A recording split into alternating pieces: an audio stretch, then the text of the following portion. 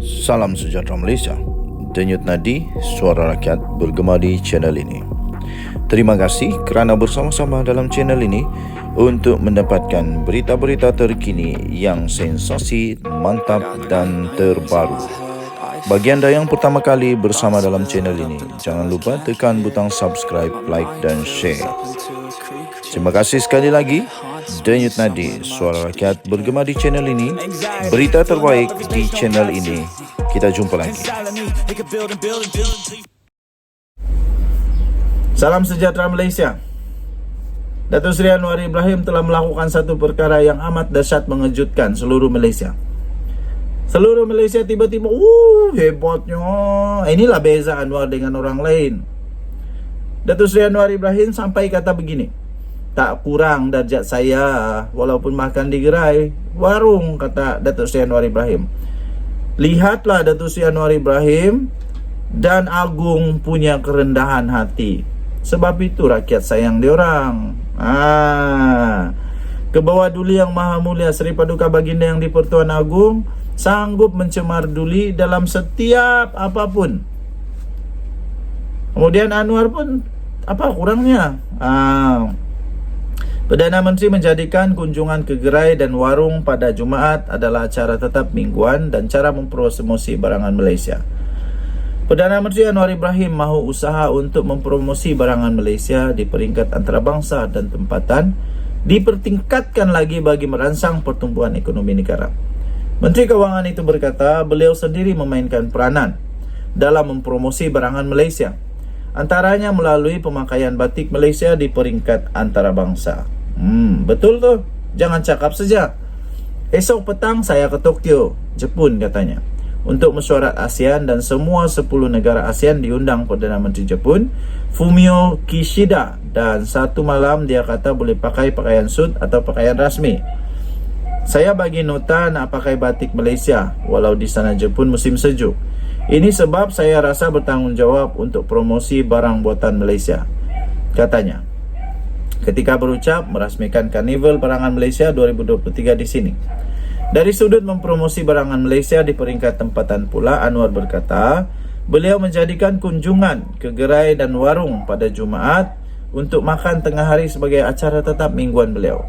Katanya sebelum solat Jumaat saya pergi warung dan gerai dan makan di kedai tempatan. Ini cara promosi barangan Malaysia, katanya, sambil menambah ia dilaksanakan sejak beliau menjadi Perdana Menteri pada 24 November 2022 lagi. Beliau turut menyeru anggota pentadbiran untuk menunjukkan kesungguhan dalam mempromosikan serta menyokong barangan Malaysia. Menteri, Timbalan Menteri, Ketua Setiausaha, kawan-kawan, ambillah langkah untuk tambah promosi barang Malaysia. Ada kesungguhan, katanya. Datuk Seri Anwar Ibrahim turut berkata, saya sendiri tidak akan rasa kurang darjat pun kalau makan di gerai dan warung tiap minggu. Tak turun darjat mana pun. Kopi atau makanan yang dihidang ini kadang-kadang lebih enak daripada restoran 5 bintang. Betul. Beliau menasihatkan pengusaha produk Malaysia terus mempertingkatkan mutu barangan mereka supaya dapat bersaing dengan syarikat luar. Puluhan syarikat tempatan telah menerobos ke jaringan antarabangsa, bukan saja ASEAN tetapi beberapa negara Eropah. Mengenai Karnival Barangan Malaysia selama 4 hari bermula hari ini, Anwar berkata karnival itu membantu menyemarakkan pertumbuhan ekonomi di negara. Denyut nadi suara rakyat bergema di channel ini. Jangan lupa tekan butang subscribe, like dan share. Bye-bye. Salam sejahtera Malaysia. Perdana Menteri menang kes kepada Sanusi. Fitnah Sanusi itulah. Perdana Menteri menang. Saya boleh jamin sekurang-kurangnya 50% PM dah menang. Of course lah 50-50 kan. Tapi saya rasa PM menang lah. Perdana Menteri perolehi perintah injuksi interparti terhadap Sanusi. Ini maksudnya mahkamah mendapati bahawa apa yang dibuat oleh Sanusi itu perlu dihentikan. Maksudnya ada harapan besar. Dia kalah. Perdana Menteri memperoleh perintah injuksi inter parti, iaitu kedua-dua belah pihak, bagi menghalang Menteri Besar Kedah Datuk Seri Muhammad Sanusi Makno daripada mengulangi dan menerbitkan semula kenyataan yang didakwa memfitnahnya. Injuksi itu adalah berkaitan dengan kes saman fitnah yang telah difailkan oleh Datuk Seri Anwar Ibrahim terhadap Ahli Dewan Undangan Negeri Adun Jeneri itu berhubung ucapan yang didakwa berbaur fitnah dalam satu kempen ceramah jelajah PNBest Tambun pada November tahun lalu.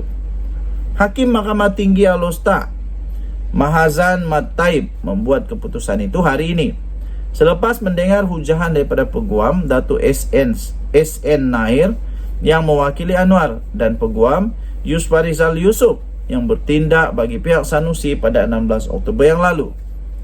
Pada 30 Julai lalu, Mahkamah Sama telah pun membenarkan permohonan Anwar untuk mendapatkan permohonan injuksi ex parte berhubung perkara yang sama.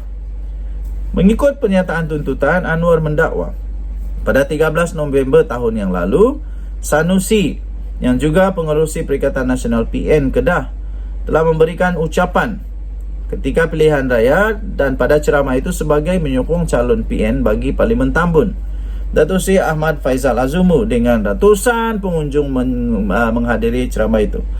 Menurut Anwar, ucapan dalam ceramah itu diterbitkan atau menyebabkan penerbitan semula dan disiar secara siaran langsung dalam Facebook bawah nama Faizal Azumu yang mendapat tontonan lebih 88,000 kali, 531 reaksi, 58 kali perkongsian dan 384 komen setakat tarikh pemfailan saman itu. Pengerusi PH itu mendakwa pada 14 November tahun lalu kenyataan fitnah daripada video itu telah dipetik oleh Malaysia Kini dan portal tersebut menerbitkan satu artikel dalam bahasa Malaysia dan bahasa Inggeris bertajuk Kes Liwat Anwar. Dulu kesian sungguh, sekarang pas kena pikir.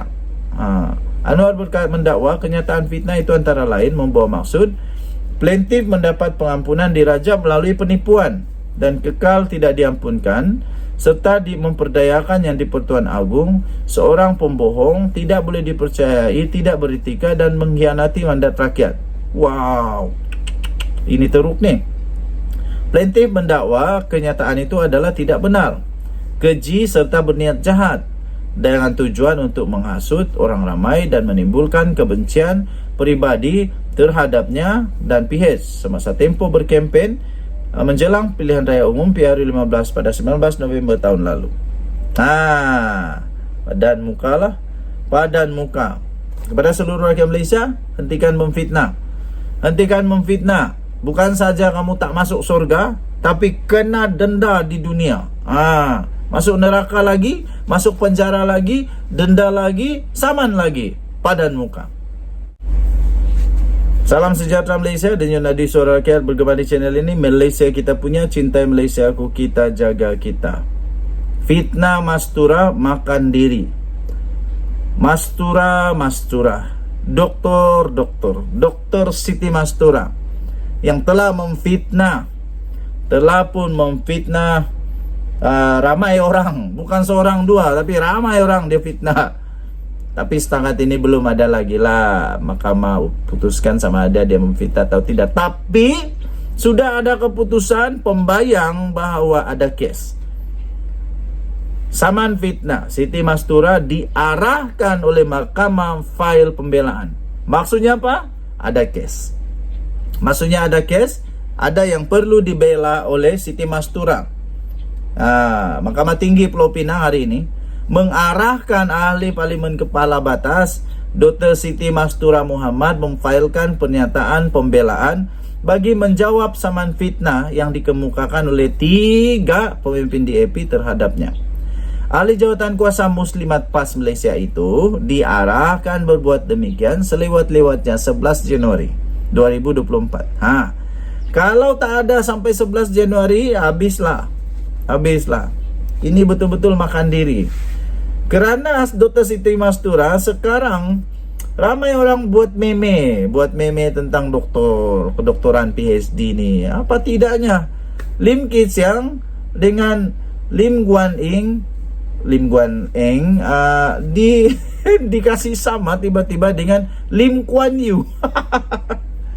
Bukan Lim Kuan Yew lah, Lee Kuan Yew. Aduh, doktor. Hakim Datuk Kwai Chew Sun turut menetapkan pada 9 Februari untuk pengurusan kes selanjutnya. Pengurasan kes melalui simekan hari ini berlangsung di hadapan penolong pendaftar kanan Tunku Intan Nadira Tunku Muhammad Nazarin. Plaintiff yang diwakili Datuk Sankara Nair, Jadin Pun Wai Ken dan Wong Guo Jin, manakala Muhammad Hakimi Farhami mewakili defendant. Samaan itu difailkan oleh pengerusi DAP Lim Guan Eng, Lim Kit Siang, Ahli Parlimen Seputi Teresa Kok, jadi 3 daripada firma SN Nair and Partners di Mahkamah Tinggi Georgetown pada 27 November lalu. Ketiga-tiga plaintiff itu mendakwa Mastura telah mengeluarkan kenyataan bahawa mereka mempunyai pertalian dengan Parti Komunis dan ketuanya Chin Peng serta bekas Perdana Menteri pertama Singapura Lee Kuan Yew. Lee Kuan Yew tahu? Lee Kuan Yew, bukan Lim Kuan Yew. Aduh, otak mana otak? Takkanlah PhD Lim Kuan Yew dengan Lee Kuan Yew tak tahu. Mereka menegaskan bahawa ketika ceramah pada 4 November lalu, defendant telah membuat beberapa kenyataan yang merujuk secara langsung dan tidak langsung kepada ketiga-tiga plaintiff. Kenyataan itu mengaitkan mereka kononnya mempunyai hubungan dengan Parti Komunis, menyokong serta mengamalkan selain menyebarkan ideologi dan falsafah komunisme dalam negara. Menurut plaintiff, kenyataan Mastura juga mengandungi butiran bahawa mereka adalah musuh negara serta tidak mempunyai kesetiaan kepada raja dan negara, selain warga negara yang tidak setia dan mengamalkan ideologi terlarang. 3 pemimpin DAP terbabit juga mendakwa kenyataan defendant turut mengandungi butiran bahawa mereka ancaman kepada keselamatan negara. Mastura juga mendakwa ketiga-tiga ahli politik berkenaan adalah sebahagian daripada agenda Klan Lim untuk membentuk sistem kader, iaitu istilah yang lazim digunakan dalam struktur Parti Komunis oleh DAP bagi menyebarkan ideologi dan falsafah komunis di negara ini. Sehubungan itu, plaintiff menegaskan bahawa dakwaan defendant adalah tidak berasas, palsu, berniat jahat kerana sengaja mengaitkan mereka dengan Parti Komunis dan Chin Peng. Tindakan defendant jelas sekali didorongi dengan tipu muslihat untuk mendapatkan publicity bagi menaikkan imej parti politik defendant. Menurut ketiga-tiga plaintiff dalam pernyataan tuntutan. Habislah. Kalaulah seorang mereka pergi saman 10 juta, 10 juta kali 3 orang 30 juta. Tak apa, doktor kan kaya.